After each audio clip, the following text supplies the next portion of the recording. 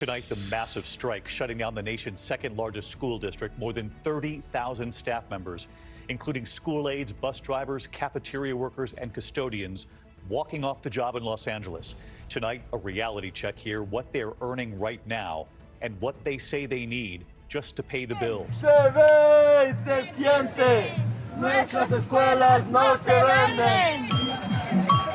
To shift the power dynamic in which all of the power and decision making lies on the administration or management or even on the principal, it's not a matter of just flipping on a switch. It's a matter of workers understanding what is their power, what do they do, what do they contribute. There was a complete undervaluing of the labor they do by saying your labor is worth nothing. Basically, you're worth nothing. To show the city and everybody that our work is worth something, the best way is to not do it.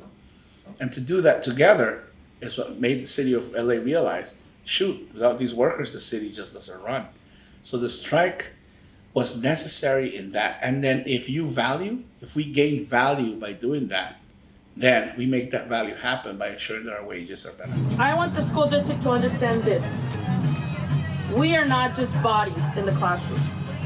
You cannot easily replace the experience we have and the support we give the students.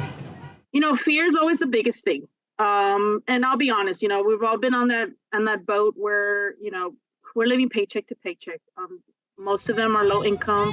They depend on that, even if it's 4 hours, they're depending on that paycheck. And the fear of losing their jobs, the fear of any retaliation against administration, of teachers, that was the thing that held a lot of people up. But I was very clear with them is that LAUSD feeds on our fear. If it wasn't for all of us together, it could have never happened. And like I said, it's very emotional because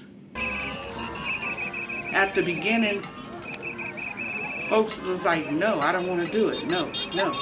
I think one of the key things that I recall hearing that came from the school board was, you guys can't go on strike because you can't afford to go on strike.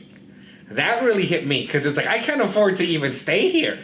I'm over here looking for another job. I'm going to leave what I love. Like, I love working with the children. They were scared, like, absolutely, because who wants to give up 3 days of pay?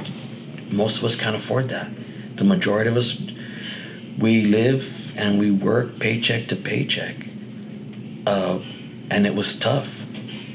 There was a lot of emotions involved for the members about whether or not to go on strike.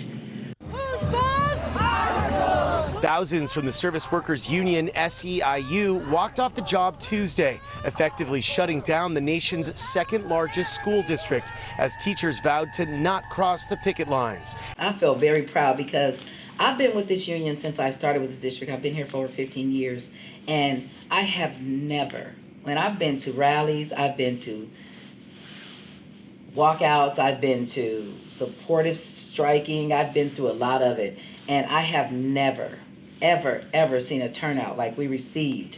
It was awesome. You show up and all these people, you got drummers, you got people playing music, you have all kinds of stuff going on, people chanting with signs. We have a flatbed truck we used to blast music into the school board meeting, one of the rallies, one of the first rallies. Each one of you here is making history in LA today. This is a historic rally. I felt like, me personally, just extremely emotional, but extremely proud of the people that stood up. I also did not understand myself how it would feel to have such amount of people out in the streets making demands. Yeah, but when you physically are in the middle of it, it's powerful. It's powerful. The other powerful thing I felt about a strike is it was black and brown women. It was our people. At 4 in the morning, our bus yards were crowded with people. They had their picket signs, their raincoats. They were out there, the streets. Every rally we had out there was outstanding. shutting down streets, and I think that that's what it was. I'm being on the bargaining team, and the mayor stepping up and showing her leadership by having us try to continue to reach an agreement at City Hall was crucial in that happening. But we kept getting, it was very frustrating being over there. Long days and very little movement. This bargaining table's been probably the worst I have been a part of. I've been doing this for a long time. In that the district absolutely paid no attention to it. So I'll be very frank, there was no bargaining table. What I mean by that is there was a table, there were two teams, and we had a bargaining team. But the district never really bargained. They just rejected everything, and we just moved on with everything. Towards the end of the whole process, obviously, we did start some negotiations, but it wasn't enough. So it actually got the state of California involved, so we had to go through mediation.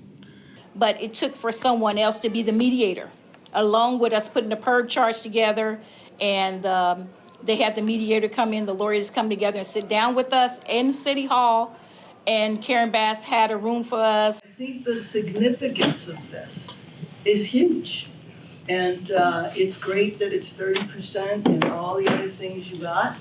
But you know what you did, and I've told him this a couple of times, is that you have educated Los Angeles. Mayor Bass opened up the avenue for us to be able to have conversations with the boss. And her role was critical to get the district to realize where they were.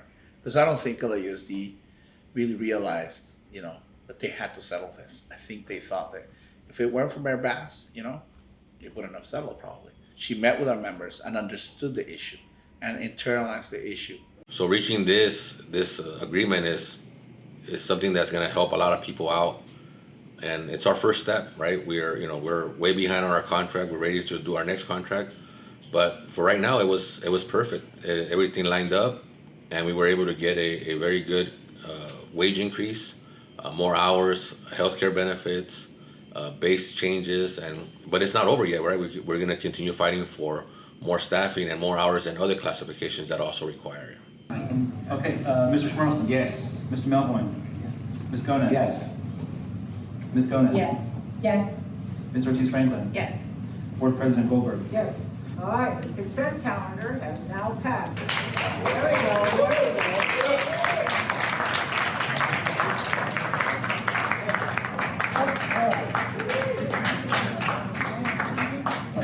So what's next for us? Well, first, this agreement with LAUSD has raised the minimum wage as of January 1 of 2024 to over $22 an hour. So just that floor alone, and what LAUSD, because of the size of it, has done. So we have to make sure we support all of those workers we represent in the surrounding school districts to capture this energy. Same with the community college districts that have workplaces. How do we, now that they realize, well, this is how we exercise our power, how are you going to exercise your power? We need to support those districts. So I think that that's an immediate thing that we need to do. Then I think it's important to not forget that we cannot succeed as an island. What I mean by that, LA alone cannot succeed as an island. It's a state thing. We know that throughout California, schools do not have the resources they need to be kept clean and well maintained. We know LAUSD is only staffed at about half of what it needs. So we have a multi-year process statewide to ensure that there's dedicated funding and a minimum standard of cleanliness. But we can't achieve that alone. It has to be statewide. That's on that front. On the front of early education, we as a local need to focus on how do we organize the rest of the early education so those workers have a leg up. What I mean by that is all those centers that do early education. And we need to continue to work with family childcare providers who are now undertaking the second contract to ensure that childcare is affordable for all parents and that the workers doing that work also can manage to get. Ultimately, our goal as a local is to improve education, right? So that's what we're about. People wanna know.